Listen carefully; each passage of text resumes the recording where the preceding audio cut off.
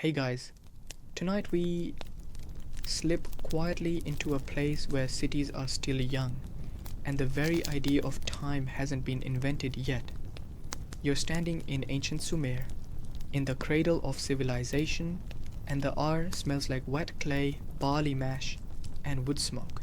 It's twilight, and you can almost hear cattle lowing somewhere behind you, hooves squelching in mud. People move with a purpose, but not by clocks or alarms. They exchange tiny shapes of baked clay that somehow decide everything: work, food, trade, and even how long a promise lasts. And honestly, you probably won't survive this era unless you figure out how those little clay chunks run everyone's life. So, before you get comfortable, take a moment to like the video and subscribe, but only if you genuinely enjoy what I do here. Tell me in the comments where you're listening from and what time it is there right now. Now, dim the lights, maybe turn on a fan for that soft background hum, and let's ease into tonight's journey together. You walk forward through the dusty courtyard of a Sumerian settlement, Uruk, or Lagash maybe. Time is soft here. And you realize something fascinating. Nobody is shouting measurements of time. No one says, "I'll meet you at 2 p.m." because nobody knows what 2 p.m. is. Yet everything runs on perfect rhythm. A woman at a stall hands off a basket of barley after receiving a small cone-shaped token. A shepherd counts tiny sphere-shaped pieces before leading goats away. It looks like trade, but there's something more happening. You catch a nervous exchange between two farmers, where one says, basically, you'll get your share when the crescent tokens come back. So the tokens aren't just currency, they're schedules, deadlines, commitments. A mainstream historical fact drifts into your mind like a whispered reminder. Ancient Sumerians invented some of the earliest accounting systems the world has ever known, using clay counters more than 5,000 years ago. But tonight you're seeing it as a lived moment, not a museum label. To these people, time isn't a number on a dial. It's a physical object you can hold in your hand. The clay is time. And if someone loses it, they've basically lost their punctuality. You follow a kid tugging a rope cart, its wheels squealing. He's delivering freshly molded clay tokens to a merchant. The merchant counts them out. Little cylinders, prisms, even small discs, and stores them in tiny woven baskets. You lean closer and notice that each token isn't random. Each shape means something: a jar of oil, a bundle of reeds, a day of labor. The strange realization creeps in. People here don't track hours, but they track obligations that take hours. Same result, different language. It's the same vibe as saying, "I'll finish this when my coffee is done," instead of, "I'll finish this in 20 minutes. Same procrastination energy, different civilization. And just because Sumer is ancient doesn't mean everyone agrees on the system. You overhear two stern elders arguing about whether a triangular token means 10 sheep or 10 days caring for sheep. Historians still argue whether these early tokens measured goods only, or also measured time worked.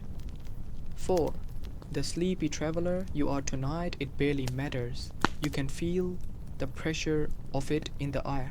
Whoever controls the tokens controls the flow of the day. A quirky detail pops into your awareness. Some people carry their tokens in tiny leather pouches tied around their waist like modern fanny packs. Except the stakes are way higher. Lose a pouch, and you might owe a week's labor.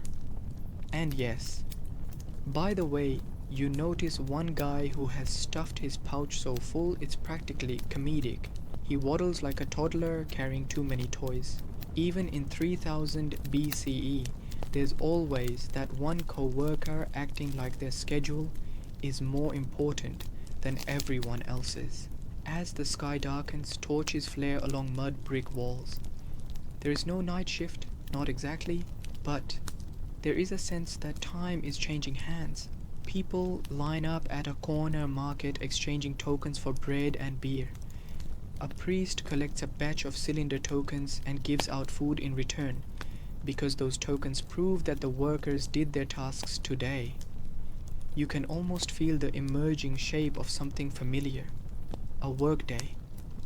But here's the haunting part. No bells ring to end it, no whistle blows, no sundial or hourglass gets checked. Workers just hand over tokens, get their payments, and drift home. The day is over because the tokens say it is. You wonder, blinking sleepily, whether humans ever truly needed clocks, or whether we invented them just to panic about being late more efficiently. A soft breeze moves through the narrow alleyways, rattling reed mats. You hear kids laughing and a baby crying somewhere, but the marketplace is winding down. A man scrapes leftover clay from a wooden board, smoothing it before pressing a new batch of tokens tomorrow.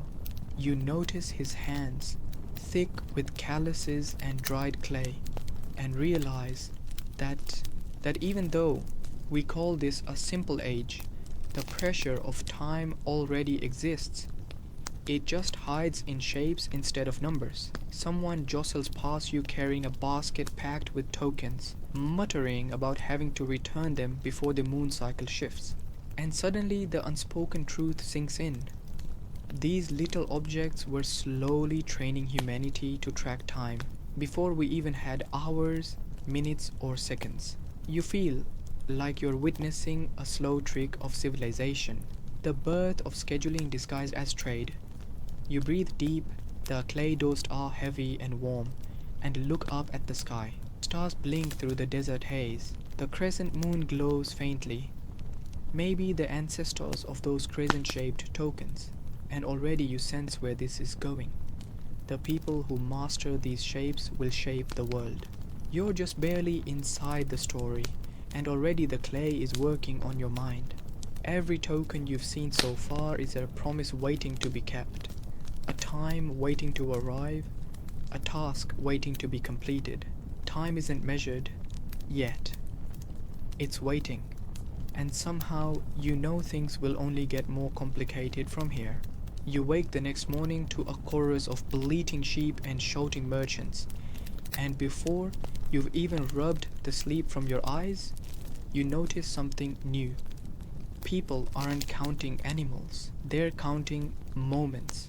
A shepherd hands over a handful of little cone-shaped tokens to a stable owner, and in return, the stable owner promises to watch the flock until those cones run out. Not for 3 hours, not till lunchtime, just until the tokens come back. You're watching time without numbers, and it's strangely elegant, like a calendar made out of pocket change. You trudge through dusty streets as the settlement comes alive, and everything looks like organized chaos. Farmers shuffle past with slow, heavy steps, while traders dart like sparrows from stall to stall. What ties them all together is the counting. Cylinders for barley, small spheres for goats, flat discs for sacks of grain. And though no one says it outright, quantity decides duration. If a man owes 10 tasks and each task earns a token, then workdays are measured by tokens earned instead of hours passed. A mainstream historical fact slips into your brain while you watch all this unfold. Sumerians used clay counters long before the invention of writing to track economic activity. Tonight, you're watching it bloom into the tracking of labor itself. A pair of women sit on woven mats, tallying animals returning from pasture. Every time a herd comes back, a token is dropped into a wicker bowl. It clinks softly, and suddenly those women know whose grazing time is complete, not because they checked the sun, but because the bowl filled to the agreed number. It's the Sumerian version of a digital countdown timer, minus the battery life and the existential dread of your phone hitting 1%. You walk past a farmer teaching his son how to read tokens by touch. The kid closes his eyes, fingers a tiny cylinder, and says barley. He feels a flat disc, murmurs grain basket. Then he grabs a little sphere, hesitates, and proudly whispers goat, like he's cracked a secret code. And honestly, he has. Because these tokens aren't just stand-ins for goods. They're placeholders for tasks, promises, and eventually hours. You're witnessing a civilization slowly realizing that math isn't only about how much, it's about how long. But not everyone agrees on the system. Loud voices echo across a courtyard where a merchant and a herder are arguing. The herder claims that tending sheep for 2 days equals 8 sphere tokens. The merchant insists it's 6. Their tone is heated, hands flailing, and you hear one exasperated old man mutter. Historians still argue whether these tokens measured effort or counted only livestock. You almost laugh, because apparently the debate goes back farther than textbooks. Then comes a quirky moment that breaks the tension. A man who clearly hates math, every era has one, tries to trade 10 mismatched tokens for a clay jug. The potter stares at the strange, chaotic handful and sighs so dramatically you can practically hear the ancient version of "Bro, what are you doing?" Eventually, the potter turns him away with the exhausted authority of a high school teacher who's seen everything. It turns out even 5,000 years ago, bad accounting was a universal pain. As the day unfolds, you notice the invisible rhythm of all this counting. The flock goes out when a pouch of tokens is handed over. Harvest begins when enough crescent tokens are distributed by field leaders. A brewer opens shop once the barley tokens have been collected from the threshing floor. These aren't just transactions, they are time signals. People begin and end tasks only when the clay gives permission. A young girl outside a humble goat pen explains it in the simplest possible way. 1 token is 1 turning of the animals. You blink. She doesn't use minutes or hours or rotations of a clock. She uses repetition of work. The goats eat, wander, rest, and return. 1 cycle, 1 token. Suddenly, it hits you. Time doesn't have to be measured, it can be felt. The day grows hotter and the sun burns down on cracked earth as shadows shrink. Even without clocks, you feel the rhythm shift. Workers trade their labor tokens for food tokens, and then food tokens for bread and beer. The energy changes, like someone switching scenes in a play. You can practically hear the sound of a modern office closing for the day, just with more goats and fewer overpriced iced coffees. One farmer counts out his payment tokens as he wipes sweat off his forehead, muttering to himself. He stacks them in neat piles. Spheres, cones, cylinders, like someone counting work hours before payday. The satisfaction when he finishes is immediate and familiar. Human joy at getting paid hasn't changed in 5 millennia. And then, there's a moment of gentle comedy. A little boy tries to sneak an extra token into his father's pouch, hoping it'll mean a shorter time herding later. His father catches him with a slow eyebrow raise and a grin that says, "Nice try." Even without clocks, kids are still trying to cheat time. As the afternoon begins to fade, the counting becomes quieter. Finished tasks are tallied, animals return one by one, and tokens change hands with ritual precision. You watch the shepherd from dawn hand back those cone-shaped tokens to the stable owner, meaning his obligation has ended. No sundial needed. The day is complete because the count is complete. You close your eyes for a moment and listen. The clink of tokens, the rustle of baskets, the soft bar of sheep. It's all very ordinary. And yet, you can feel the world inventing time under your feet. First, we counted things. Then, we counted work. Soon, without even meaning to, people will count hours. It's just the second day of your journey, and already you can feel the clay dragging you deeper into the story. Like time is a rope being pulled tighter, shaping a world you're only beginning to understand. You wake again before dawn, but this time the mood of the settlement feels different. Busier, sharper, almost tense. The air is still cool, but everyone is already working. Workers crowd around long wooden boards covered in damp clay. And for the first time, you see tokens not being traded or counted, but being pressed into soft clay surfaces. It isn't decoration, it isn't art, it's a deadline. Wet clay means today, and dry clay means overdue. You're watching the moment when time starts to become a physical record, something that can judge you later. You step closer and notice one of the boards, a lump of clay shaped into a hollow envelope, a bulla. The surface is covered in tiny impressions. Cylinder here, sphere there, crescent at the corner. Each little mark represents a token sealed inside the envelope, trapped for proof. You get a chill down your spine, not because it's scary, but because it feels familiar. Work logs, punch cards, receipts, everything accountability related you hate as an adult. It starts here, on this messy clay morning. A mainstream historical fact floats to the front of your sleepy mind. Sumerians began pressing token shapes onto clay and sealing the actual tokens inside to document transactions. Tonight, you're witnessing that idea expand into scheduling. Whoever receives the bulla has to complete the job before the clay dries, and clay, in this heat, dries fast. Workers glance nervously at the sun as it rises. They don't track time by shadow length yet, but they track by clay texture. Damp means you have time. Cracking means you're late. Completely dry. Well, good luck explaining that to the temple priest. You might end up volunteering extra labor. You can practically hear the ancient version of "your assignment is overdue" echo across the courtyard. There's a quirky moment that makes you grin even though your eyelids are heavy. A young scribe mispresses a token symbol, puts a gourd where a jar of oil should be, and the merchant immediately panics. Not because of bookkeeping, but because if the symbol dries wrong, the worker responsible will be assigned gold duty instead of oil duty. And gold duty absolutely sucks.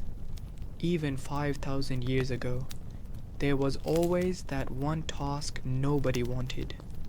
You follow a group of workers heading toward the fields, each holding a clay envelope. They don't shout instructions, they don't ask questions, they just look at the stamped impressions and know exactly what tasks must be done before the clay hardens. It's eerie how smooth this is. Almost like everyone has internalized the ticking of a clock they can't hear. You wander to the marketplace and see merchants sealing bullae shut with thumbprints and pieces of twine. A man exchanges a basket of barley for a sealed bulla, and suddenly, that bulla becomes a countdown timer. When he returns it, tokens intact and task complete, he can collect payment. If he returns it late, he owes extra work. If he returns it missing tokens, he might never work here again. Time isn't just a schedule now, it's a risk. Someone mutters under their breath that clay has become the judge of men. And you can tell not everyone loves this new system. There's pressure now, not just to work, but to work before something invisible expires. Historians still argue whether bullae were originally designed for fairness or control. And as you watch tension build in people's shoulders, you're leaning toward control. Then, you see something strangely human that makes you almost laugh. A guy hurries to warm his clay envelope by the fire to speed dry it, so he can pretend he finished early. A woman scolds him, swatting his arm, reminding him that if the clay cracks wrong, everyone will know he cheated. It's the prehistoric equivalent of trying to fake an early timestamp on a work submission. Some things never change. The sun climbs, the air thickens, and the sound of stomping clay turns rhythmic, hypnotic, almost ritualistic. Every impression marks obligation. Every sealed envelope traps a piece of time. You stop thinking about clocks entirely. Time isn't something that passes, it's something that gets baked. A man walks by carrying a huge slab covered in stamped symbols, sweat dripping from his face. You hear him mutter a single heavy line. If the clay dries before we finish, we work until it's done. No lunch break, no excuses, the clay decides. a sudden thought hits you. Humans didn't invent time tracking. We invented pressure, then called it time. By late afternoon, workers start bringing back their bullae, holding them like fragile trophies. A priest kneels behind a table and cracks each bulla open. If the tokens match the impressions, payment. If they don't, extra labor. People hold their breath harder than students waiting for exam results. One worker receives his payment and walks away grinning like a man newly freed. Another silently returns to the field with slumped shoulders. Late work means starting over tomorrow, no negotiation. And for a second you wonder, do clocks really free us, or do they just replace clay? As the day shrinks into gold and evening, a breeze cuts through the dusty air. Someone wipes the clay board clean to prepare for tomorrow. And just like that, the day is erased, replaced by the next cycle of promises.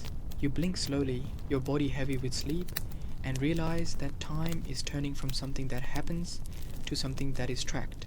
People are beginning to rush, to worry, to compete, to justify. A world where time becomes a resource and eventually a weapon is quietly taking shape. And as the sky turns from orange to purple, you can't help thinking, we're only at the beginning. If wet clay can stress someone out, just wait until writing arrives. You ease into the next morning with a yawn, expecting maybe a calmer day. But Sumer has no interest in slowing down for your comfort. The sun hasn't even cleared the horizon, and already a long line stretches outside the great temple. People wait with bundles of tokens clutched in their hands, tight grips, nervous faces, like employees queued outside HR on bonus day. Except here, the temple isn't just a religious place. It's the scheduling center of the entire settlement. If the bullae were deadlines, the temple is the master timetable. You shuffle closer, barefoot on cool stone, and the first thing you notice is a giant clay board, almost the size of a dining table, propped upright like some ancient bulletin. Priests in tall wool garments press tokens into its surface, grouping them by shape. Not by value, not by person, by time of day. Suddenly, everything clicks. The temple decides who works when, and the tokens are the assignments. A mainstream historical fact hums through your head. Sumerian temples played a central role in coordinating labor and distributing resources across early city-states. But you're seeing something historians rarely get to feel. This isn't abstract administration. It's a clock made of priests, clay, and collective obligation. Dawn workers hand over their tokens first. Noon workers hand theirs later. Dusk workers, those poor souls, get assigned last, right when everyone's tired and cranky. The clay board becomes a time grid without digits. A priest points to a column of impressions and tells a group of fishermen, return with 6 crescent catches before shadow arrives. And they nod. Not because they understand hours, but because they understand when the sun touches the east-facing wall. Time is made of landmarks, not numbers. The faint sarcasm in your half-awake brain mutters, congrats, you've discovered the world's first shift system, enjoy. And honestly, the workers look about as excited as someone told they're on the closing shift every Friday forever. Then comes a quirky side. One priest, clearly a dramatic personality, stamps token shapes with the theatrical flair of a man convinced he is the Beyoncé of bookkeeping. Every time he presses a symbol into the clay, he stares off into the distance like he's painting a masterpiece instead of assigning someone to shovel grain. The worker receiving the assignment is visibly dying inside. You smother a laugh. Even 5,000 years ago, somebody was taking their admin job way too seriously. As the morning brightens, workers gather in groups based on the temple schedule. No one asks what to do. They read it from the board. And something inside you shifts. You're not just watching a temple. You're watching the invention of organized time. Not time told by the sky, not time told by nature, time told by power. A debate ripples through the crowd. A potter argues he saw the priest stamp his token in the dawn column, not the noon column, and therefore he doesn't owe grain drying until tomorrow. The priest insists otherwise and threatens to pull the bulla from the previous week as proof. People murmur with concern. Someone whispers that the decision might depend on which priest likes whom today. Historians still argue whether temple timekeeping was impartial or influenced by status, and you're watching the very heart of that uncertainty. Meanwhile, you can't help spotting small rebellions. A fisherman swapping tasks with a farmer behind a reed fence. A brewer trying to hide an extra cylinder token so he gets one less shift. A young woman quietly reshaping a token with her fingernail to look like a different task symbol. The inventors of time tracking barely have time tracking, and they already have cheating time. Humanity is undefeated. Back inside the temple courtyard, the priests begin collecting return tokens from workers who finished their earlier duties. They drop them into ceramic jars labeled with symbols: fish, barley, kettle. You notice how fast their hands move. They don't count sheep, they count cycles of sheep duty. They don't count jars of oil, they count days of oil work ahead. Time has officially become labor. One priest speaks softly to an apprentice, but you hear every word. If the tokens show they weren't present, they work tomorrow. If they were late, they work twice. And suddenly you feel something familiar and a little frightening. Time isn't just tracking work anymore. Time is enforcing work. The clay board gets fuller and fuller as the day continues. Tokens are pressed into rows and columns, each one someone's entire day. The workers glance at the drying clay often, waiting for the exact moment priests announce the next shift. There's no clock, but everyone knows when it's time. Then something dramatic happens. A gust of wind knocks the board off its stand, and the clay slams into the ground. A horrifying silence falls. If it cracks, every shift schedule will be lost. Everyone's day, maybe everyone's pay, is in danger. You hear breaths held across the courtyard. Workers stare at the priest like kids watching a teacher drop the exam answer key. The board doesn't break. The entire courtyard exhales. Someone laughs nervously. Someone wipes sweat from their face. A priest whispers a prayer, but you can tell it's not just piety, it's relief, because time almost disappeared. If there's one moment that captures the fragile nature of early scheduling, this is it. Time doesn't tick, time doesn't ring, time doesn't display. It survives because clay doesn't crack. As the sun sinks toward the late afternoon, you watch workers finish task and gather again. The temple board gets cleaned for renewal.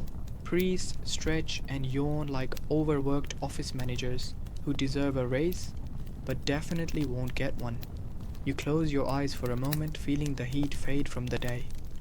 You can hear soft chanting, low conversations, and distant animals settling down. Now that ancient Sumer didn't just organize trade, it organized hours. It invented the shift. It created the idea that the world can tell you when to work. And you're slowly sinking into the story like soft sand, knowing that the moon is about to reshape everything next. The night passes in a blur of warm desert wind and the distant temple drums. And when you wake again, the whole settlement feels strangely expectant, as if everyone is waiting for a signal you can't see yet. The marketplace is quiet. The workyards are half empty, and people keep glancing up at the pale morning sky, whispering about the moon. You stretch your shoulders and step into the dust-lit streets, and that's when you see them. Baskets full of new clay tokens, rings, crescents, and round medallion shapes that don't represent animals or labor at all. These aren't about counting things. These are about counting time itself. A priest at the temple gate announces the arrival of a new cycle. The moon has shifted, and with it everything: farming schedules, brewing days, market restocks, festival preparations. You stand there watching a surreal sight. People trade old tokens for new shapes that match the moon phase. Spheres for full moon, crescent curves for waxing moon, flat circles for the invisible new moon. It's like ancient Sumer just rolled out a calendar update, and everyone needs the latest patch. A mainstream historical fact floats through your tired mind. Sumerians relied on lunar cycles to determine agricultural and ritual schedules long before the invention of written calendars. But tonight, you're not reading about it. You're watching it unfold like a community event. Children run from house to house shouting crescent. With the same chaotic energy, modern kids scream ice cream truck. Farmers knock on neighbors' doors asking if they have extra moon tokens. Brewers check how many circular discs they're allowed before beginning a new fermentation batch. You linger near a field where farmers arrange tokens on a blanket. Instead of counting seeds or rows of crops, they are counting days until planting can begin. A man explains proudly, "When we have 2 handfuls of crescents, the night is long enough for the barley to take." You realize he's not tracking temperature or daylight, he's tracking time through the moon. It's simple, poetic, and scientific all at once. Then comes the quirky moment of the day.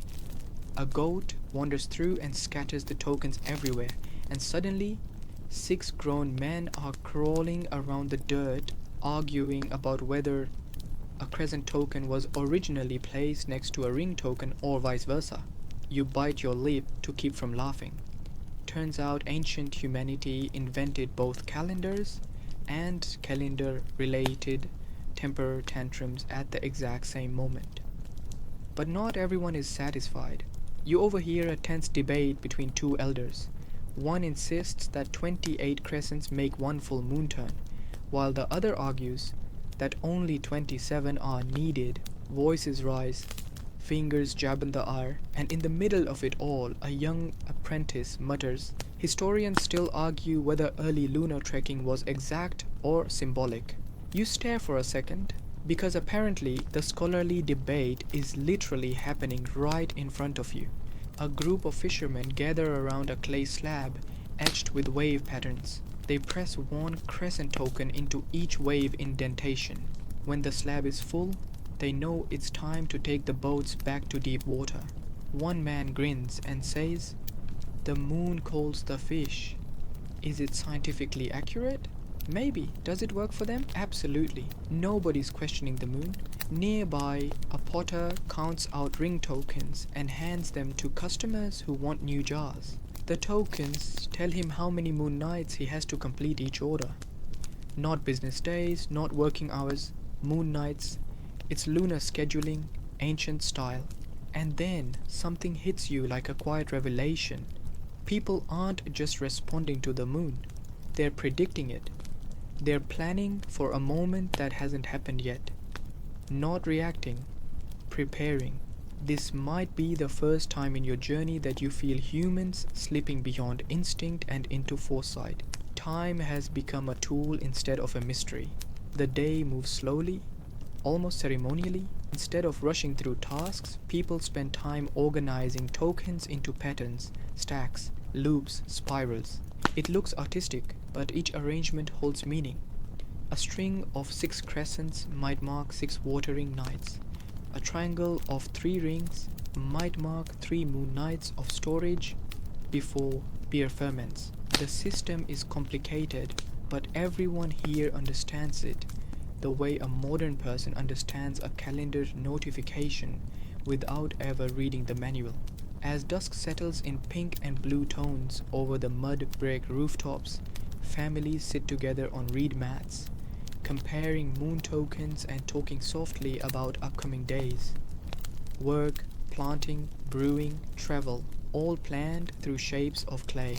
You notice a little girl practicing by tracing crescent shapes into soft mud with her finger. Her mother nods approvingly. She's learning the language of time long before she learns to write. But the most striking moment comes when the moon finally appears, thin and bright in the sky. The whole settlement seems to pause. People look up, tokens in hand, and you can feel the invisible gears of a calendar shift into place. The moon is their clock, their teacher, their taskmaster, their hope. You realize you haven't heard a single person ask, "What time is it?" all day. Instead, they ask, "How many crescents? How many nights? How long until the moon grows?" And somehow it makes sense. You lie back on a warm stone, eyes half closed, and watch moonlight glint off stacks of clay counters. They're primitive and fragile, yet powerful enough to sculpt the rhythm of an entire society. Time, once unmeasured, has become organized, structured, predictable. And yet, it's still slippery, still not standardized, still waiting to harden into something stricter. You can feel a shift coming, something that will turn counting moons into counting minutes.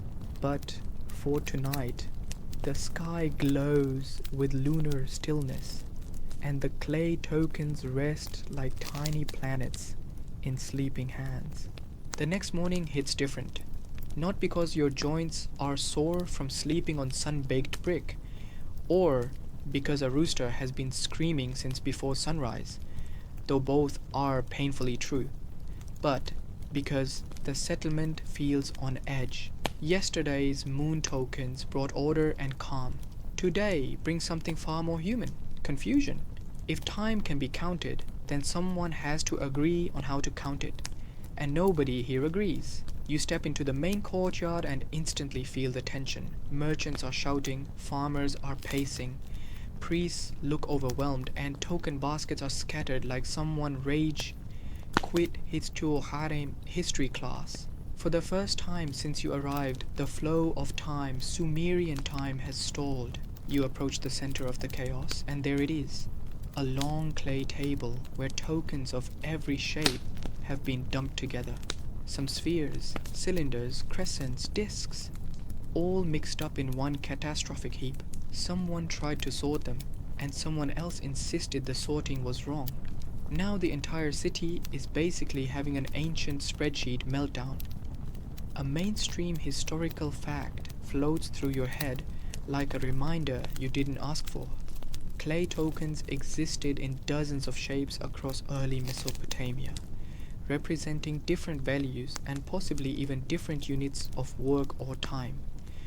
But there was no universal standard. Tonight, you're standing in the exact moment where that lack of consistency brings everything crashing down. A burly merchant bellows, 2-cylinder tokens equals 1 sphere, while a shepherd fires back, no, 2 spheres equals 3 cylinders, everyone knows that. Then a brewer jumps in, claiming crescent tokens equal days only if exchanged inside the temple, but nights if exchanged outside. You pinch your eyebrows. It's like watching 3 people argue about whether 60 seconds equals 1 minute or 1 minute equals the length of a YouTube ad. Logic has left the building, and then, just when the argument can't get any weirder, a potter suggests that 1 beer token equals 2 gold tokens, but only on festival days. You swear someone behind you mutters "bro" in Sumerian, and yet beneath the comedy there's something serious. If tokens measure goods, nobody cares. But when tokens measure time, everything becomes personal. This is people fighting over hours owed, hours earned, hours worked. Time is slipping into the economic bloodstream, and chaos is the fever.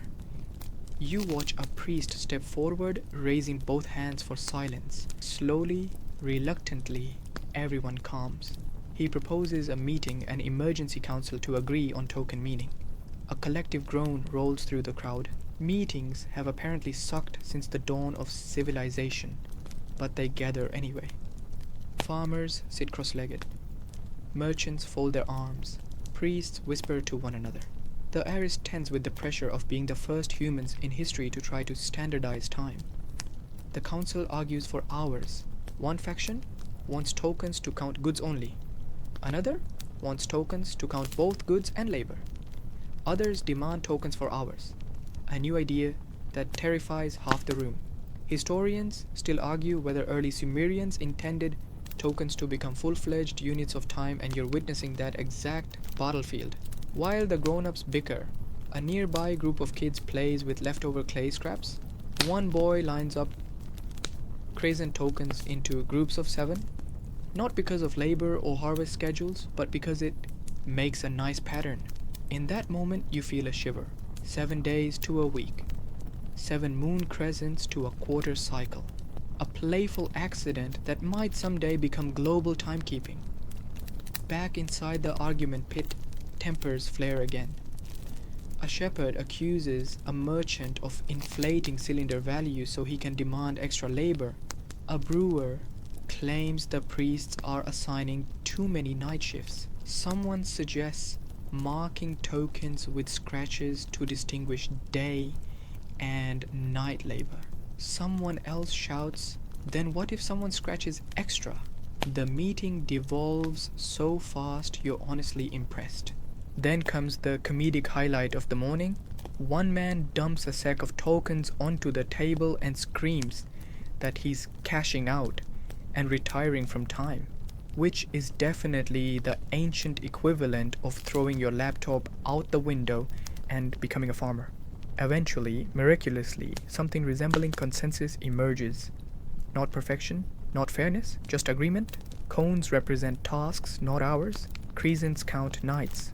Rings count moon phases. Spheres represent a standard labor shift, morning to dusk. Cylinders represent double shifts, which no one wants but everyone grudgingly accepts.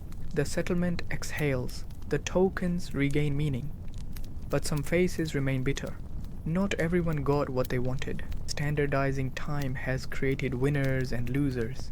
You catch one frustrated farmer snapping a cylinder in half with his teeth and spitting the pieces into the dirt. Deep in his tired expression, you see the first shadow of something inevitable: resentment toward those who control the clock. As the crowd disperses, you walk through the buzzing settlement. Workers head toward their tasks again. Priests update the temple board. Merchants count their newly agreed tokens. On the surface, order has returned. But beneath it, something has changed forever. Time is no longer soft. Time is no longer personal. Time has rules now, and rules create power. You stop near a wall where the equal-length shadows of morning stretch across stamped clay schedules. 2 workers talk about the new system. One shrugs, satisfied. The other mutters that time shouldn't belong to the temple or merchants or anyone. Time should belong to the people. You look away, because you already know that debate will last thousands of years. With the argument settled for today, the workday resumes. But you can't shake the feeling. Now that time is standardized, someone will find a way to lock it in permanently. Measure it, record it endlessly, demand proof. Tokens aren't finished evolving. They're about to become something even bigger, even stricter. And deep down, clay is getting ready to give birth to writing. You return to the settlement the next morning expecting peace, now that everyone finally agreed on token meanings. But the universe laughs in your sleepy face. The tension is still there, just quieter, focused, sharpened. Yesterday was an argument about what tokens meant. Today is a reckoning about proving what someone promised. And the solution the Sumerians find is genius, haunting, and a little terrifying. They start sealing tokens inside clay envelopes that act as time-capturing memory vaults. You walk past a row of workers hunched over clay like surgeons, carefully arranging tokens inside round, palm-sized shells. Each shell, each bulla, is a miniature time capsule of obligation. Tokens inside represent what someone promised to finish. The marks stamped outside represent the tokens sealed within. If the impressions and the contents don't match later, well, someone is going to have a very bad day. A mainstream historical fact slides into your mind. Archaeologists have found bullae filled with tokens dating back more than 5,300 years. Early accounting records that eventually helped inspire written numbers and contracts. But tonight it's not an artifact under museum lights, it's a living tool of pressure. You sit near a potter and watch him seal 5 cylinder tokens, 5 double shifts of labor inside the bulla. He stamps the surface 5 times, ties it shut with twine and hands it to a merchant. The merchant nods. No one says, "Come back tomorrow" or "Finish by noon." They both simply know. When the potter returns with the opened bulla and matching stamped tokens removed, then and only then is the deal completed. Till then, the clay owns his time. There's an eerie, quiet dignity to it, but also something uncomfortable. Work is no longer a handshake or trust. Work is sealed in clay where memory cannot blur or lie. Then comes the quirky moment that snaps the tension. A young apprentice misunderstands the process and seals his personal snack, a sad lump of barley dough, into the bulla instead of tokens. A priest cracks it open later expecting official verification and gets a face full of stale carbohydrates. The courtyard roars with laughter. Even debt and deadlines bend briefly to comedy. But the humor fades fast because the stakes are rising. One farmer begs a priest not to seal his bulla until the afternoon because he doesn't yet have enough crescent tokens for the moon cycle. The priest refuses. The clay envelope is sealed early, meaning the farmer now owes time he hasn't earned yet. Interest exists now, not money interest, time interest. And you feel your chest tighten at the realization. Clay just invented being behind schedule. You drift toward a large open plaza, where priests and merchants gather around them. Bullae laid out like legal documents. They weigh them, shake them gently, inspect the stamped impressions for signs of tampering. Someone gasps when they spot tiny scratch marks near a symbol, proof that someone tried to alter the stamped surface before returning it. A crowd murmurs, uncomfortable. Historians still argue whether such tampering was punished lightly or harshly, but today you see fear in people's eyes. Clay remembers everything. Then an even deeper shift occurs, something subtle but world-changing. A high priest enters carrying a clay tablet with wedge-shaped scratches. Not symbols of animals, not drawings of moons, abstract marks. Your breath catches. The priest presses the tablet against a sealed bulla to show the impressions match. It's a written duplicate, a backup of time, shadow of a shadow. If the bulla is lost or broken, the tablet remains. Time just became permanent. The workers don't cheer. They don't smile. They just stare. Because this isn't convenience. This is surveillance. The bulla already locked their commitments. Now the tablet locks them even further. Time is no longer negotiated. It is archived. You sit down, overwhelmed by how much pressure is building on the backs of ordinary people. Tracking time started as counting goats and sacks of barley, and somehow turned into documenting every promise, every delay, every shift, worked or missed. Then you overhear a conversation that breaks your heart a little. A young boy whispers to his father, "If clay remembers everything, does it remember when I do good things too?" The father hesitates, looks toward the priests and quietly replies, "It remembers what the powerful ask it to remember." That's the first time you feel a chill run down your spine. Time can be fair, or weaponized. Still, life goes on. People adapt because humans always do. Workers trade bullae with practiced seriousness. Merchants store them in woven baskets sorted by task. Priests begin tracking schedules not in their minds, but in shelves stacked with sealed envelopes, each one a ticking bomb of obligation, waiting for someone to return and prove their effort.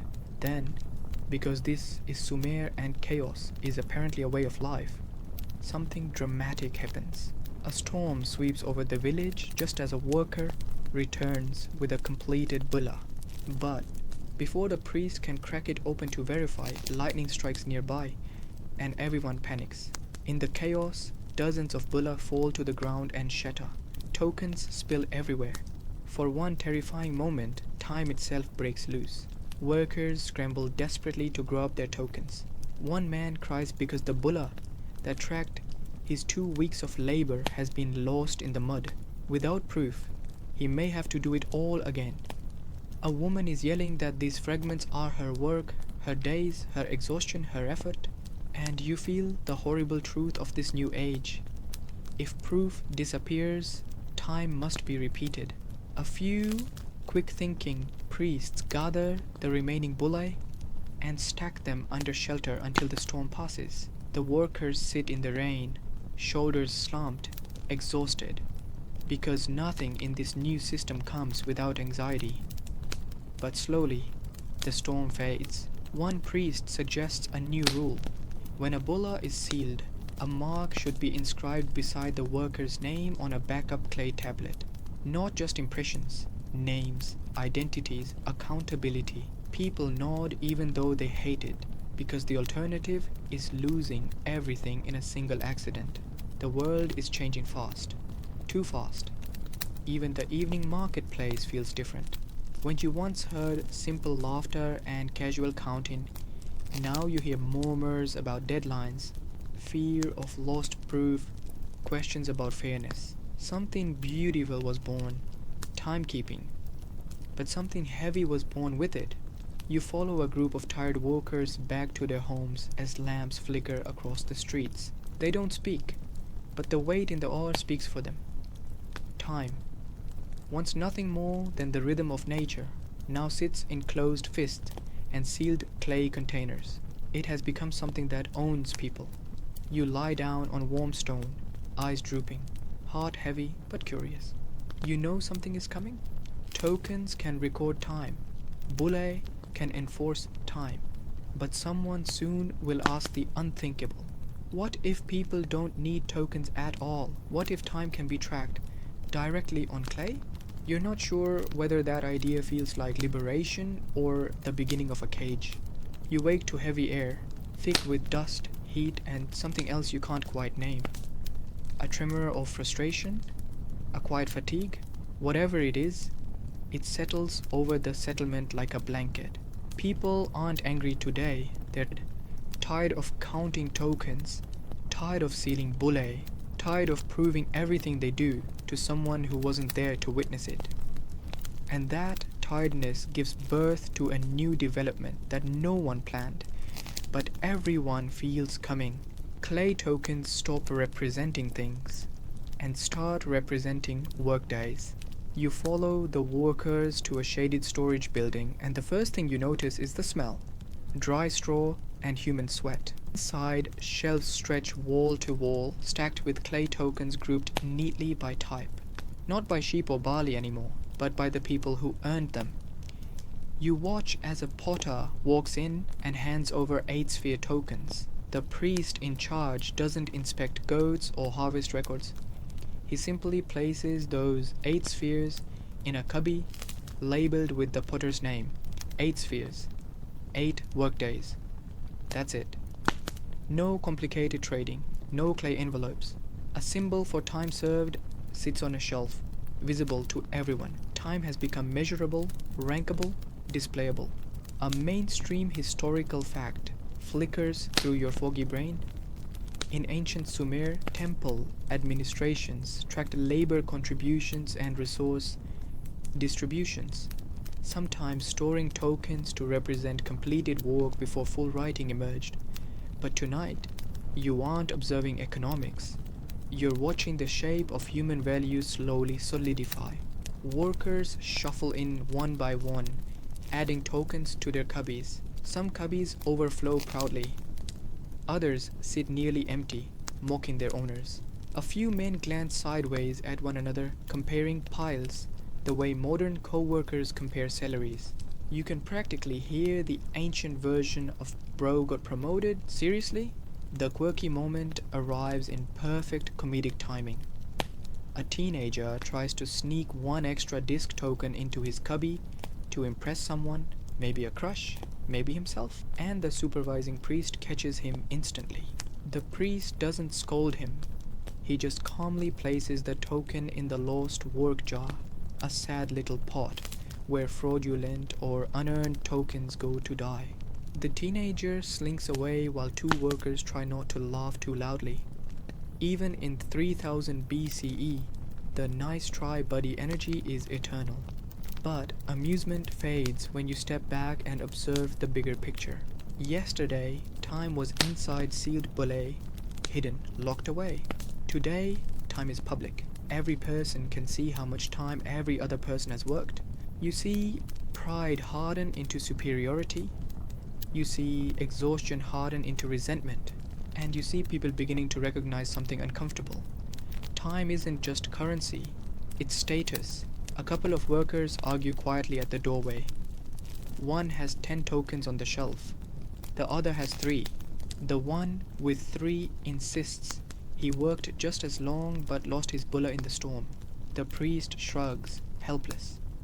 The system doesn't care about effort, it cares about proof. You feel the weight of it. How timekeeping creates fairness in theory and hierarchy in practice. One priest proposes counting completed workdays weekly instead of monthly. Another insists on daily tallies. A third argues they should track half days for morning-only labor.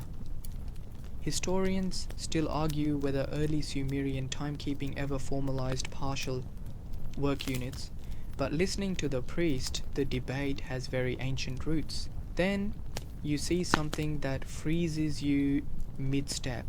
A worker privately rearranging the tokens on his shelf to make them look more impressive to others. He stacks them taller so they appear numerous from a distance. It's harmless vanity, but you can feel the system bending under human psychology. Time isn't just being tracked, it's being performed. You follow a group of women to the water channels. They sit together on the stone benches, exchanging quiet complaints about temple time, the new schedule, the new expectations. One woman whispers that the storage hall makes her nervous because she can see, every day, how much time she is worth to the temple. Another murmurs, "My life shouldn't fit on a shelf." You stare at the rushing water, unsure how to soothe her even in imagination. As the day wears on, the shelves grow fuller. Each worker adding tokens feels more like someone clocking in than someone finishing a task. The system has flipped. The tokens no longer track work that needs to be done. They track work that has been done. The present doesn't matter, the past does. Performance has become archived. And then comes the moment that changes everything. A priest walks down the aisle holding a clay tablet. On it are names, scratched symbols that represent individuals, and next to each name, a number, a count. He isn't just storing tokens anymore. He's writing the totals. Your heart sinks because you know what this means. The tokens aren't the end goal, they're training wheels. Once totals can be written, the tokens themselves can be replaced. You watch workers react with quiet alarm. Not panic, but the dread of people sensing the world shifting under their feet. One man whispers to another, "If they can write the number of days, maybe soon they won't need the tokens." The other replies darkly, "And then we won't get to argue." It's meant as a joke, but it lands heavy. A potter kneels in front of his shelf, counting his spheres slowly, tenderly, almost protectively. You realize he isn't just counting time. He's counting sacrifice, proof he showed up, proof he endured. And then, in the smallest detail, the softest one, you recognize the human heart of this whole system. A child has drawn a little sun in the dust below her father's shelf, marking every day she saw him return tired but triumphant. She isn't tracking productivity, she's tracking presence, love, memory. That's when you understand why this system spreads so fast. Timekeeping isn't just labor control, it's recognition, proof that people exist in the story of their city. As dusk paints everything gold again, you watch workers leave the storage hall with slumped shoulders but heads held high. They hate the pressure, but they crave the acknowledgement. To be counted is to be seen. You drift towards sleep, knowing the next transformation is inevitable. Tokens once represented goods, then tasks, then days. The shelf system proves that time no longer has to be carried in clay. And now, if someone dares, time can be recorded directly. The next morning greets you not with noise or chaos, but with a strange, unsettling smoothness. Like a machine that has learned its pace, the settlement moves with purpose, with rhythm, with expectation. No one asks what to do. No one asks when to do it. Everyone already knows. So you follow the flow of bodies toward the temple courtyard, and you feel it immediately. Tokens aren't being used to count things anymore. They're being used to count durations. A basket sits at the center of the plaza. Inside it, perfectly formed clay discs. Each disc has a single pressed line across its surface, not a symbol of grain or cattle or moon. Just a mark. One disc equals one duration, a period of time, a cycle of effort, a slice of life. You watch a worker pick up 5 discs, not to buy food, not to trade for barley. He collects them because he expects to return them later, one at a time, as he completes his assigned time portions. These aren't tokens for tasks anymore. These are tokens for how long the tasks take. A mainstream historical fact flashes quietly in your mind. Many scholars believe that clay tokens ultimately evolved from counting goods to recording quantities of labor and time, becoming a precursor to numerical cuneiform. And tonight, you are standing directly in that transition. A priest addresses the crowd without raising his voice. Workers step forward individually, receiving the exact number of time discs for the work expected of them that day. A herder receives 3, a brewer receives 4, a potter receives 5. Not because of skill or seniority, but because tasks are now measured in time. You feel the shift like a low drumbeat. Time has officially become a unit. Then, out of nowhere, the quirky moment for the day practically falls in your lap. A stubborn old man refuses his allotted 4 time discs because he insists 5 is just better luck. The priest sighs, hands him 5, and then, without pausing, adds 1 extra to everyone else just to keep the peace. Suddenly, the whole system is off balance again.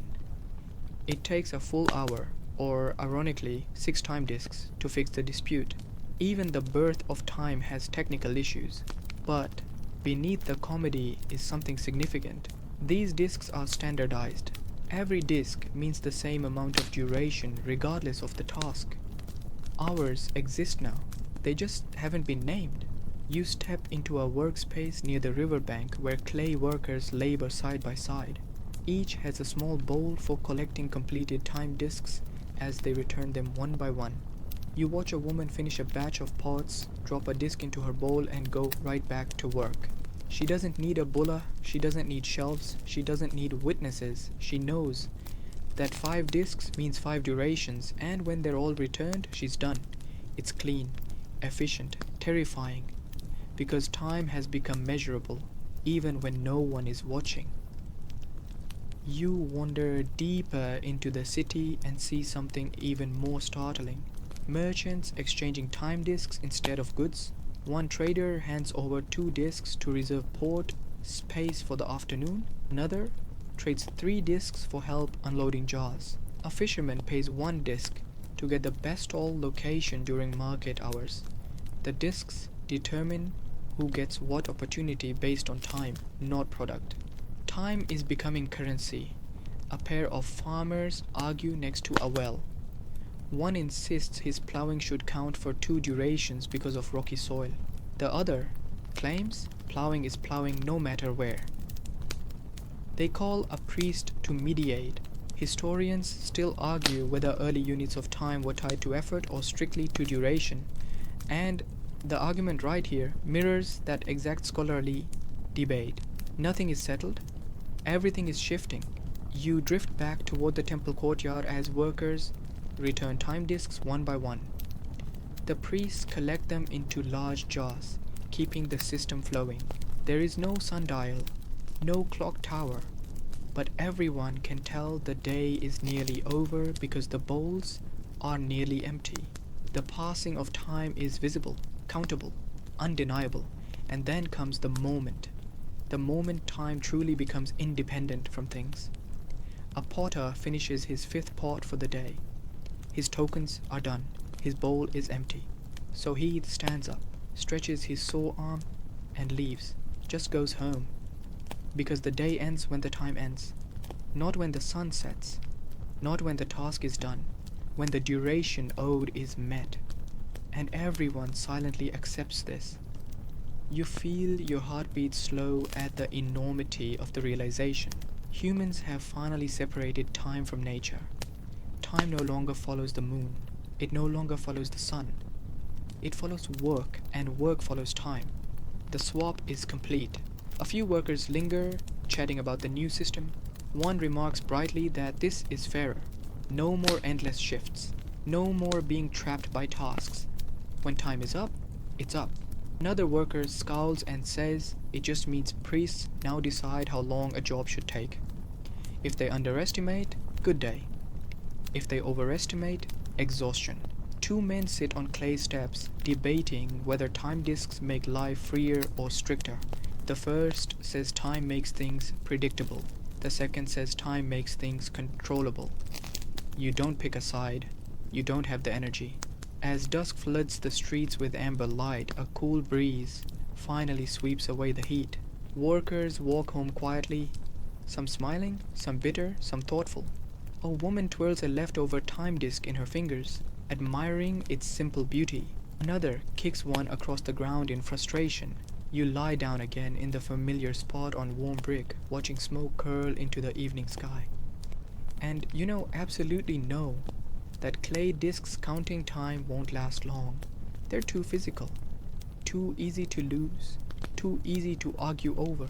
Someone, very soon, will ask the question that changes history forever. Why bother moving time one disc at a time? When you can write it. Time is no longer tied to objects. It's ready to be recorded directly. And once that happens, there's no going back.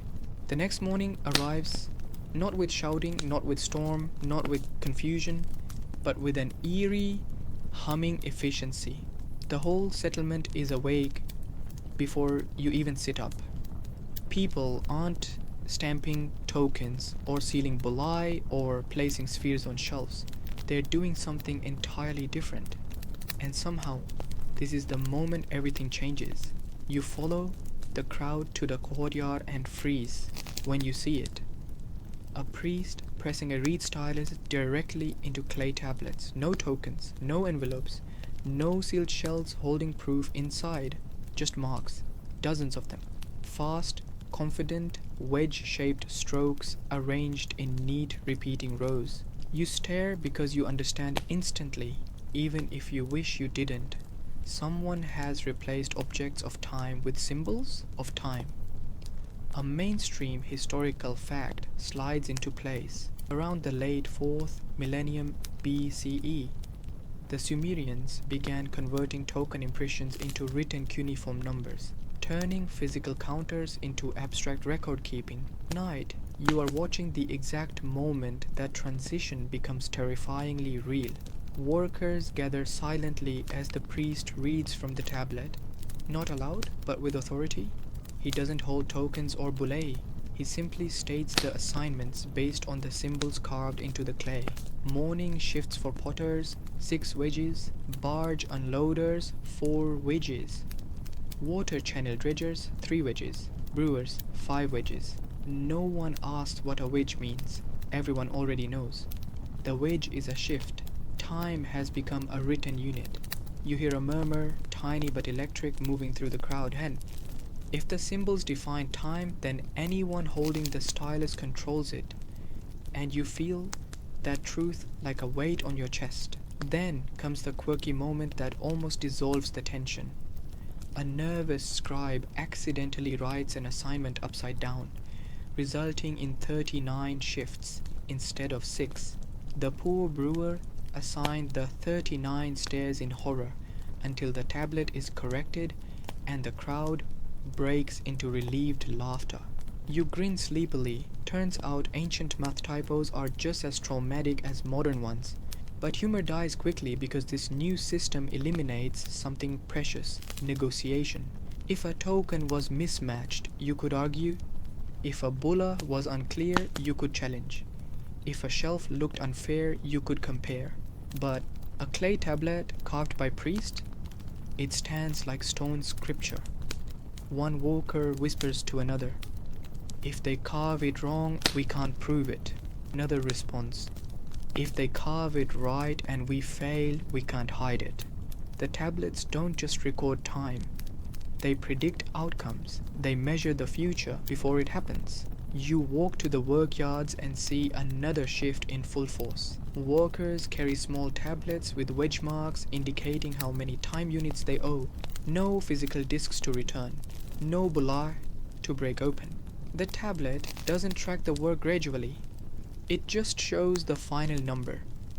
Time is no longer counted as it passes. It is assigned upfront. It is owed. You watch a potter finish a batch of jars and look uncertain, clutching his tablet. He asks the supervising priest, "Have I worked 6 wedges yet?" The priest doesn't count tokens or inspect shelves. He watches the sun's position and replies, "Not yet." The potter nods and continues. Then it hits you. The stylus hasn't replaced the sun. The stylus has combined with the sun. Time is being defined by authority and astronomy at once. Time has become measurable, but only by those who hold knowledge, or believe they do. Historians still argue whether cuneiform scheduling in its early form guaranteed fairness or deepened inequality, and the evidence around you is painfully ambiguous. You see workers relieved to know exactly when their day ends. You also see workers terrified because failure is no longer disputable. The tablet becomes both shield and sword. Then, like a stone tossed into calm water, a crisis ripples outward.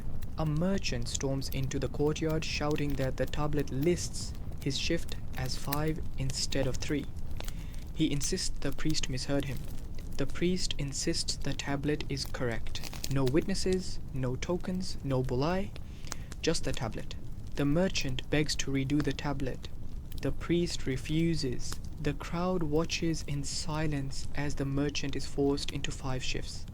Someone murmurs, "Whatever is carved becomes true." Someone else mutters, "Then our time doesn't belong to us anymore." You feel your skin prickle.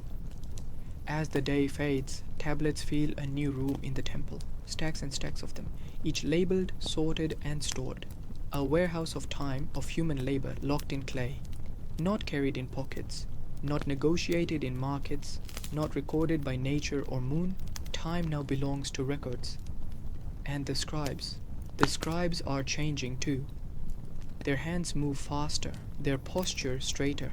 People watch them the way people watch powerful officials, half respect, half fear.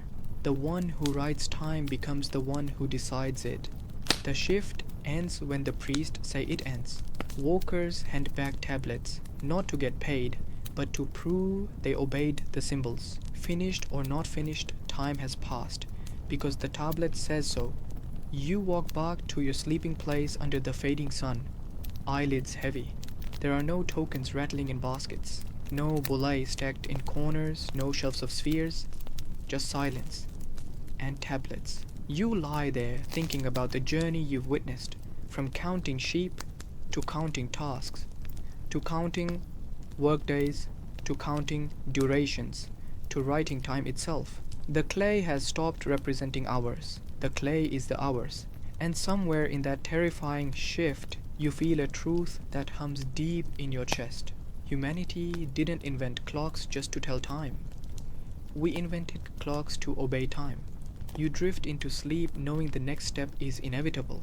If priests can write time for labor, they can write time for everything. Contracts, debts, festivals, births, punishments, power. The stylus has replaced the token, and soon the clock will replace the stylus.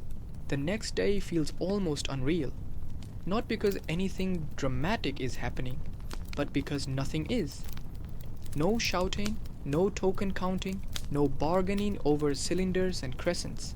The whole city runs like clockwork, except nobody here knows what a clock is yet.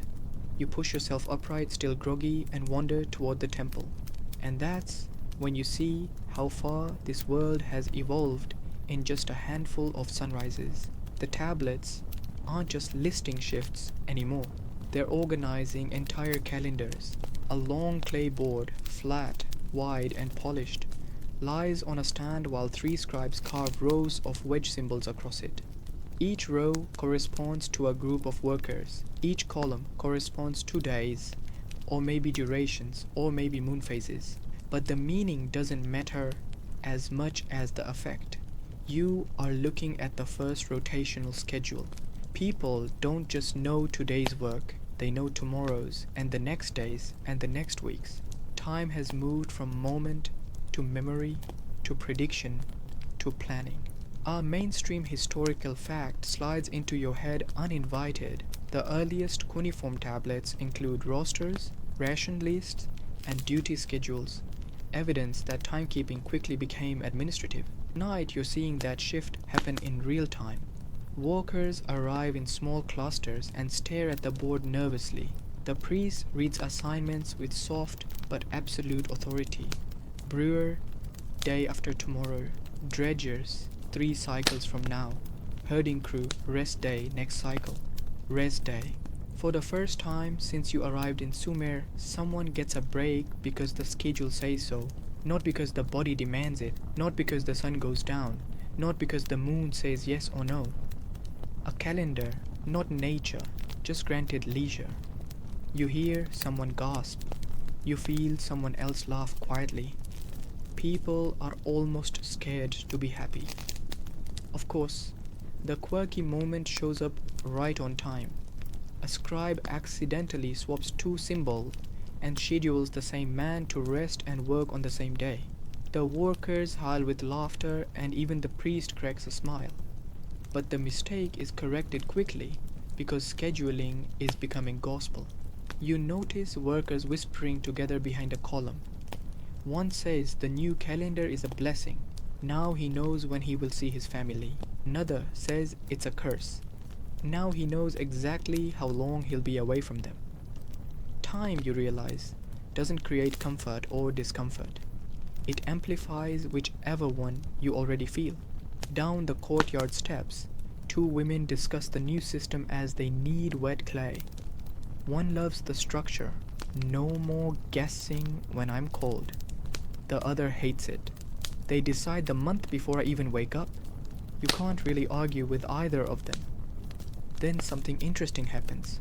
A worker asks the priest to swap 2 assigned days because his daughter is expecting a newborn. The priest hesitates, not because he's unkind, but because changing clay already carved means uncarving and rewriting, a nightmare for record keeping. But after a tense pause, he agrees. The worker bows with gratitude. The crowd murmurs, and the board now carries something wild and revolutionary: human accommodation inside a rigid system. Historians still argue whether ancient scheduling allowed flexibility or not, and the debate builds right in front of you. Some see the adjustment as kindness, others see it as favoritism, and you feel the familiar tension of every workplace meeting ever. You walk deeper into the temple, and the sight there makes you stop cold. Shelves full of tablets, worker ration schedules, shift rotations, holiday assignments, festival preparation timelines, conscription cycles, trade renewals. Time is no longer today or this moon or this task. Time has become infrastructure. Merchants use tablets to schedule deliveries weeks ahead. Ship crews plan trips according to forecasted labor. Priests coordinate festival rehearsals around predicted rest days. The entire city has synchronized. It's beautiful. It's terrifying. Because schedules don't just distribute time. Schedules prioritize time. And whoever sets the priorities has power. You overhear 2 high-ranking administrators debating a new proposal. One wants to assign the busiest shifts to workers who are most productive. The other argues the system should rotate fairly. The first insists fairness kills efficiency. The second insists efficiency kills justice. The argument dissolves when a senior priest says, "We will record both plans and choose later." The decision doesn't matter. The recording does. The tablet doesn't just document time, it determines time. Later, you wander toward the docks and see something new. Workers check a clay schedule tablet before lifting a single crate. They won't begin until the official start of the shift, even though the goods are sitting there ready. Work now happens not when needed, but when the time says to. And just to keep the cosmic comedy alive, one impatient fisherman tries to begin early. The supervising scribe snaps at him, saying he could throw off the whole weekly cycle. Imagine getting chewed out at 3000 BCE for clocking in too early.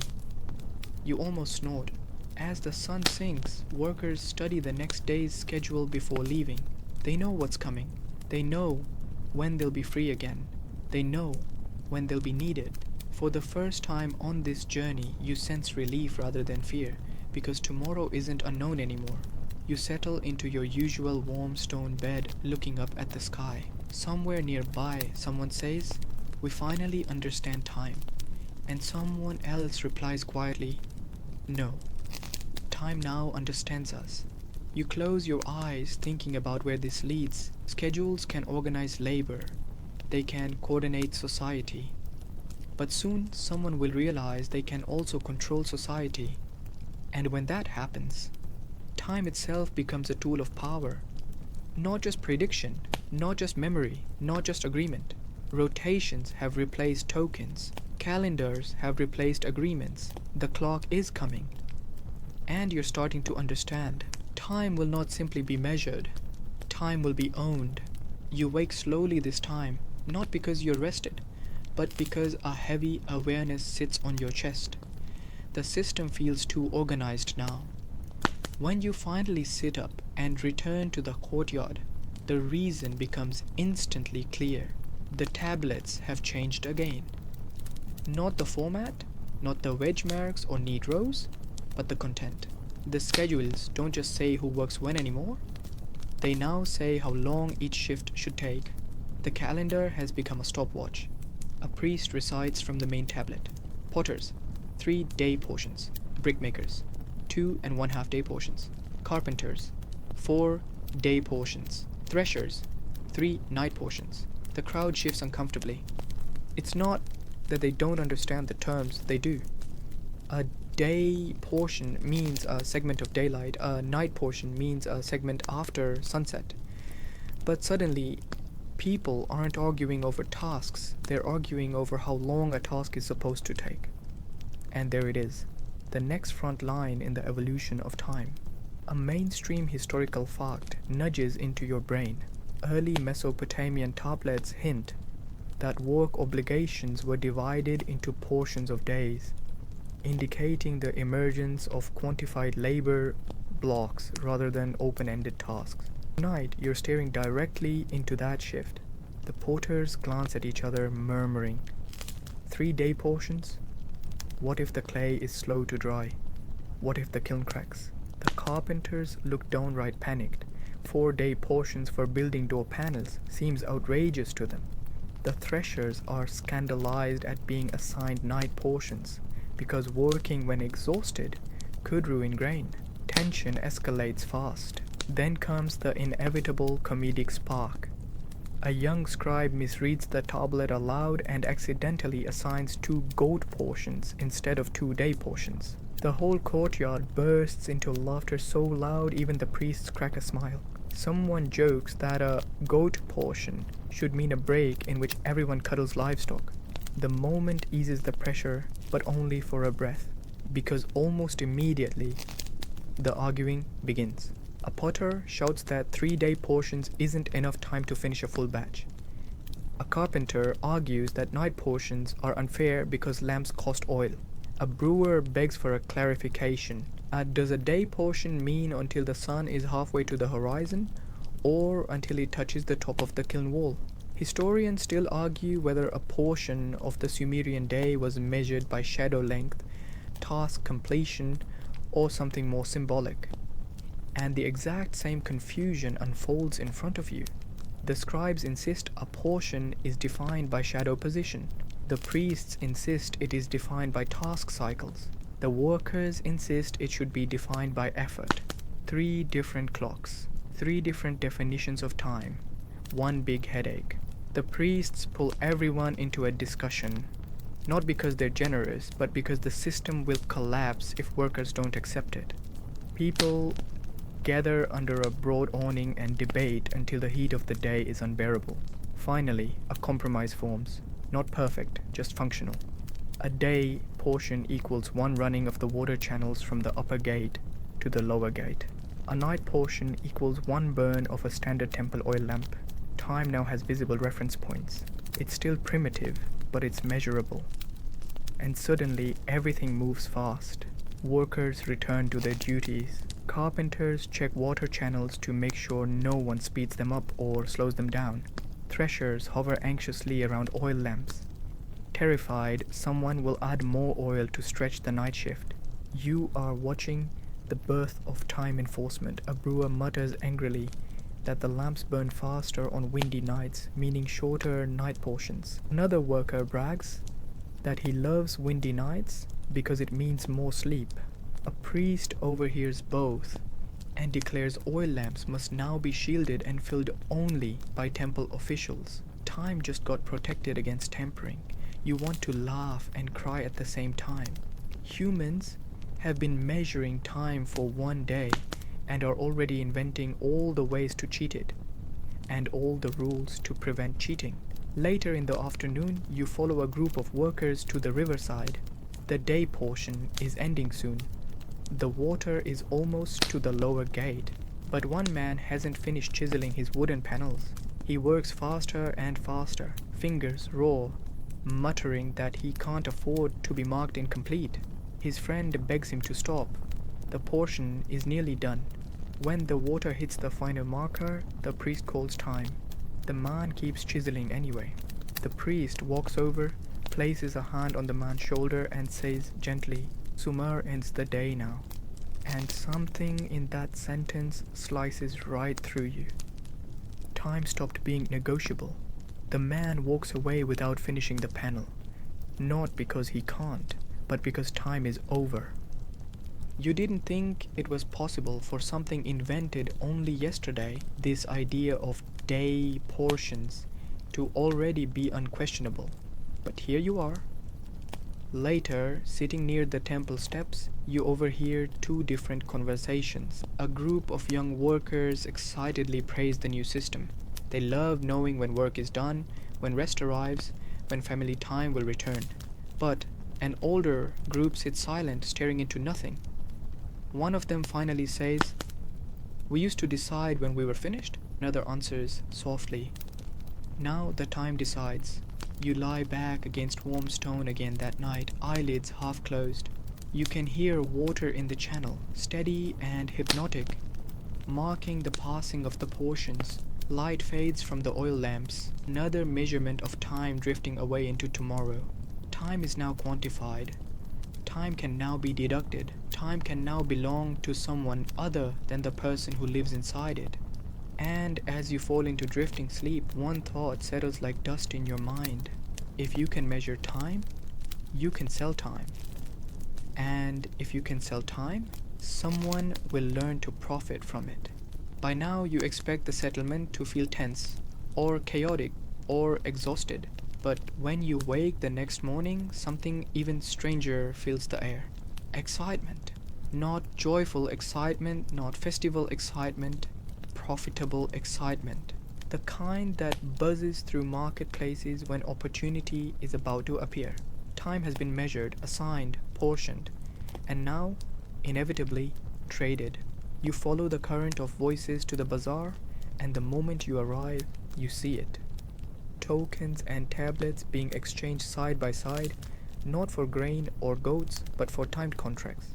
A merchant unrolls a fresh clay tablet and hires porters, not for until the jars are unloaded, but for 1.5 day portions. A farmer pays 2 day portions to borrow a neighbor's workers for harvesting before a storm hits. A trader purchases an entire cycle of time from a young laborer, promising food and lodging in exchange. Time has become a market commodity. A mainstream historical fact stirs in your mind.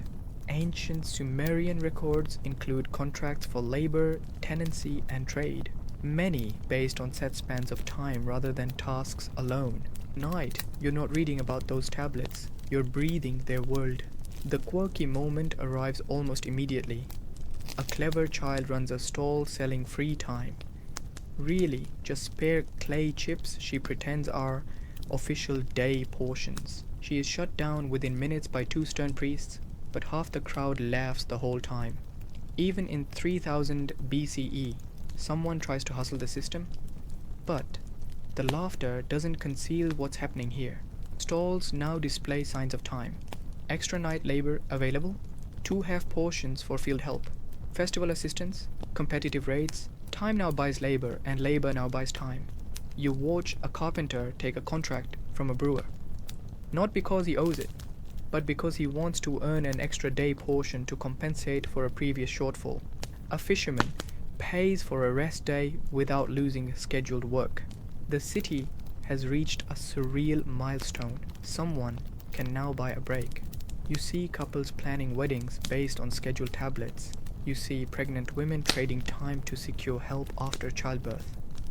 You see a grieving son pay 3 night portions so others will take his shifts during morning. This isn't just labor management anymore, it is life management. And where life expands into time, conflict always follows. 2 men shout over a contract at the center of the bazaar. One promised his time, then sold the same time to someone else. The tablet is unclear. The crowd is angry. The priests intervene. They declare that only tablets with temple seals are valid. Time just received authentication. Moments later, a merchant refuses to honor a contract because the tablet was carved without the presence of witnesses. The crowd gasps. Witnesses are now legally binding, not for goods, but for time. Historians still argue whether early signature systems developed first for ownership or for labor contracts, and this exact scene suggests both were born together. You push through the market and reach the livestock pens. Normally loud, chaotic, today they're quiet, because no one is arguing about animals. They're arguing about day portions. How many day portions per camel loan? Can festival time be priced higher? Does emergency weather cancel contracts? Prices for time spike after a surprise rainstorm is predicted. Porters demand triple the rate for unloading goods before the floodwaters rise. Time works like a stock market, rising and falling with need. And then you see something even more unsettling. A well-dressed merchant sits on a folding stool, not selling goods, not hiring labor, but buying time at low rates and reselling it for more. A time broker, the first middleman of time. Some workers look disgusted, others look jealous, but no one stops him because he isn't breaking the system, he's using it. Time is now currency, time is now wealth.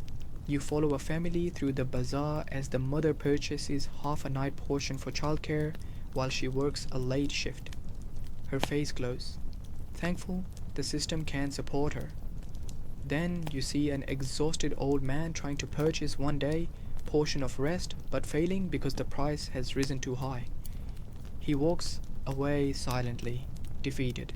The market didn't just distribute time, the market privatized time. Later, you return to the temple courtyard where the official schedule is posted. Workers cluster around it, not to see if they're working, but to see if they can sell or trade their time.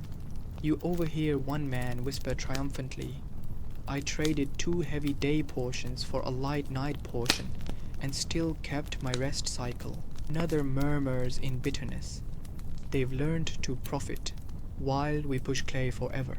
Because the system that began as organization has now become opportunity, inequality, aspiration, despair. It contains all of humanity. A potter stands alone staring at the tablet, fingers trembling. This week he has been assigned heavy day portions every single cycle. No rest, no variation.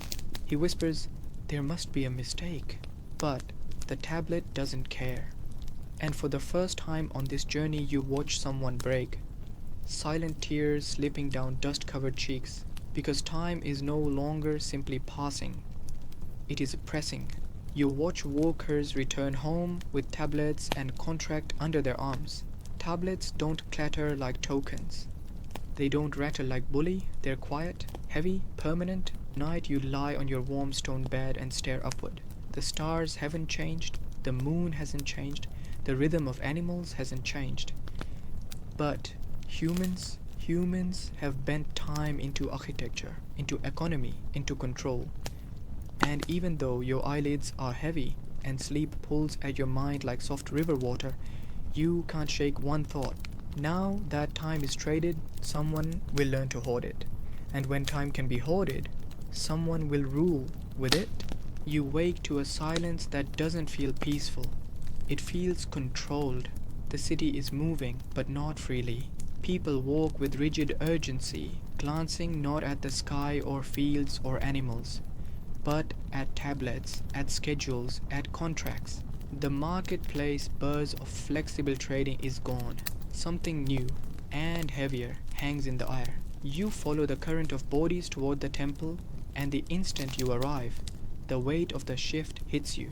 Time has become power. Not just a unit, not just a market commodity, a tool of authority. A large crowd surrounds a raised platform where a high priest reads from an enormous clay tablet. Not a schedule this time, an audit. A list of workers who exceeded or fell short of their required day portions. The numbers are carved permanently, and when the priest calls a name, the reaction is visceral. Some workers bow their heads proudly when their portion count is high. Others tremble when it is low. Not because they'll lose pay, but because the temple now decides their next assignments based on performance. A mainstream historical fact flutters into your mind like a moth. Early Mesopotamian administrations distributed labor and resources based on recorded output, granting priestly institutions enormous control over everyday life. And tonight, you're standing in the moment when time becomes a ranking system. The priest calls one potter to the platform. His portion record is low, 3 portions short this cycle. He pleads that his kiln cracked twice, that the clay was poor, that his tools were worn. It doesn't matter. His next schedule assigns him to double night portions, plus mandatory festival labor. The crowd barely reacts, not because they're heartless, but because they're numb. Then, the quirky moment breaks the tension. Another priest misreads the tablet and nearly assigns extra labor to the high priest himself. The entire courtyard stops breathing. When the mistake is corrected and everyone realizes they almost punished a priest by accident, laughter explodes. Nervous, desperate, hysterical relief. Even the high priest lets out a stiff half smile. Power has humor too, just careful humor. But the humor fades. Workers study their new schedules and distress spreads like cracks in pottery. One farmer groans that his next 3 cycles are double day portions. A brewer whispers that she has been scheduled for back-to-back festival preparations and won't see her family for the weeks. A carpenter leans against a pillar and says nothing, just stares at his tablet like it's a verdict. You notice some workers leaving in silence, not toward the fields, but toward the administration office at the back of the temple. You follow. Inside, they're negotiating to reshape their schedules, not through trade this time, but by paying extra labor upfront. A worker can shorten future assignments by performing additional time portions now. The idea of overtime has been born, the idea of sacrificing the present to buy the future. One woman works triple night portions just to get one upcoming rest day guaranteed for her child's naming celebration. A man begs the temple to lighten his schedule during the next cycle because his mother is ill. He offers to take 2 festival shifts later. The scribe silently writes the adjustment, deals with time, deals with exhaustion, and then comes the moment that freezes the courtyard. A grand merchant approaches the priest, not carrying tablets from the bazaar but holding dozens of unused day portion contracts. He bought time, not to spend, but to store. He offers them to the temple in exchange for influence. A seat on the scheduling council. They accept. Time now buys power. And with that exchange, something cracks permanently in the psychic structure of the settlement. The workers see it. The scribes see it. You see it. The people who own time now rule the people who live inside time. You drift away from the temple and wander through the city. The atmosphere is different now. People don't look at the sky to guess the weather. They look at tablets to guess their fate. A woman scolds her son for playing in the dust, not because it's messy, but because she doesn't have time to lose. A man refuses to help a neighbor move jars because time is too expensive. Children hear the word time used like a resource, not a rhythm. In one dim alleyway, you overhear a secret conversation. A group of young workers whisper about forging tablets, altering wedge marks to show completed portions they never performed. They don't sound greedy, they sound desperate. Someone mutters, "If clay controls us, why shouldn't we control clay?" Historians still argue whether early forms of fraud and forgery appeared alongside cuneiform administration. Night, that question becomes real. But the priest anticipated rebellion. Guards now patrol the tablet archives. Seals are stamped on documents. The styluses used for writing time are stored in locked chests. Time has become exclusive, restricted. Ordinary people live inside time. Elites write it. Then you see a moment of quiet heartbreak that cuts deeper than conflict. A potter sits alone in a courtyard staring at the clay dust on his hands. His friend asks if he finished his portions today.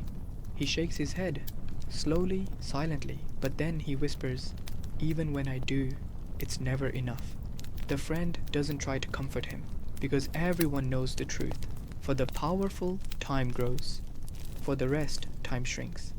And yet, even inside that painful truth, something beautifully human flickers. A group of families gather near the river at dusk. They bathe their feet, sing softly, share food. No one mentions shifts or finishes or portions. For a brief moment, time stops belonging to the tablets and belongs again to the sky, the river, and the people. The moon reflects off rippling water, and you feel the echo of the old lunar tokens. Simpler, softer days. But the calm doesn't erase the change. Work no longer ends when the body is tired. Work ends when the schedule says so. Rest no longer arrives when the sky darkens. Rest arrives when the tablet allows it. Human life is no longer synchronized with nature. It is synchronized with power structures. You lie back on warm stone under the cool night sky, heavy with drowsiness. You think back to the first moments in Sumer, when time was a shape in a hand, when the day ended because the tasks were done, when the night began because the moon said so. Now time lives in archives, indexed, assigned, traded, punished, rewarded, and you can feel the next shift forming like a whisper of wind. If time can be used for power, then someone will fight for time. Time will become territory. Time will become control. Time will become history. And history never ends peacefully. You don't wake to birds or workers or the hum of the city this time. You wake to silence, thick, anticipatory silence, like everyone is holding their breath at once. You walk the familiar path toward the temple, half asleep, feet dragging, and then you stop cold. The shelves of clay tokens, the old spheres, crescents, cones are gone. Not moved, not boxed, gone. Only a few fragments lie scattered on the floor, crushed into dust. The system that started everything, the physical pieces of time, has been erased. And suddenly, You understand why the city feels so tense today. There is no going back. The world has crossed a threshold. In the center of the courtyard stands the high priest with his council. A massive clay tablet rests behind them, carved so densely with time symbols it almost hums with meaning. Today won't be about tokens or portions or contracts. Today will be about declaring time itself a written institution. A mainstream historical fact nudges your sleepy mind. Tokens gradually disappeared as cuneiform replaced physical counters, transforming time, labor, and accounting into written systems. Tonight, you're witnessing the exact moment that extinction becomes official. The priest speaks, not in anger or pride, but with terrible calm. The age of the token ends today. The age of recorded time will guide our city. Workers shift, some fearful, some numb, some strangely relieved, because fragile clay tokens could be lost, stolen, reshaped. Tablets do not shatter easily. Time will no longer depend on hands, it will depend on stone. The quirky moment arrives like fate refusing to let history get too serious. A goat escapes from somewhere, charges through the courtyard, and eats the corner of one of the new tablets. A young scribe screams in horror. Someone in the back mutters, "Time really does fly." The whole courtyard laughs, loud, desperate, cathartic. For a brief second, even power bows to comedy. But the laughter fades and something irreversible happens. Workers step forward one by one to exchange their last remaining tokens for entries on the tablets. A sphere becomes 4 carved wedges. A crescent becomes 3. A cone becomes 6. They drop their tokens into a large ceramic bowl. New system in, old system out. The bowl fills slowly, heartbreakingly. An elderly woman approaches the bowl holding a small crescent token. She rubs it with her thumb like it's a memory of nights measured by moonlight instead of deadlines. Then she lets it fall. You hear the faintest clink, and somehow it echoes louder than any temple bell. When the last token is surrendered, the high priest lifts the bowl and carries it to the outskirts of the city. Everyone follows in a silent procession. They dig a shallow pit. They pour the tokens in. No ceremony, no chanting, just the sound of clay against earth. You are watching the burial of the world's first timekeeping tools. Historians still argue whether this transition improved society or crushed it. Standing here, you know the answer is complicated. Time became fairer in some ways, harsher in others. Predictable, profitable, controllable, tradable, weaponizable. Time once lived in the sky, then in the hand, then in the tablet. And someday, it will live in gears, in bells, in clocks, in screens. People file back into the city with heavy steps. No tokens jingle at their belts. The only sound is the rustle of tablets wrapped in linen. Work will now flow from records alone. And tomorrow, like every tomorrow that will follow, the tablet will decide. As the sun sinks, you sit alone on a warm stone and replay the journey in your mind. Counting sheep, counting tasks, sealing bulle, shelving days, standardizing portions, writing schedules, trading time, ranking time, controlling time, and now burying the objects that started it all. You watch dust rise from the city with each exhausted footstep, and you think, time once served the people. Now the people serve time. Still, even as the last light fades, children chase one another across the courtyard with laughter that has nothing to do with tablets or schedules or labor. The world may run on time now, but childhood doesn't care. Maybe that's hope. A cool breeze moves across your skin, and your eyes grow heavy, and just before sleep finally takes you, you imagine a distant future, far beyond Sumer, where someone looks at a glowing rectangle on their nightstand, scrolling through alarms and reminders, managing time the way these workers managed clay. Maybe time never changes, only the tools do. And now, before sleep wraps around you fully, Let everything slow down. The desert evening softens to a deep velvety blue, and the air cools against your skin like silk dipped in moonlight.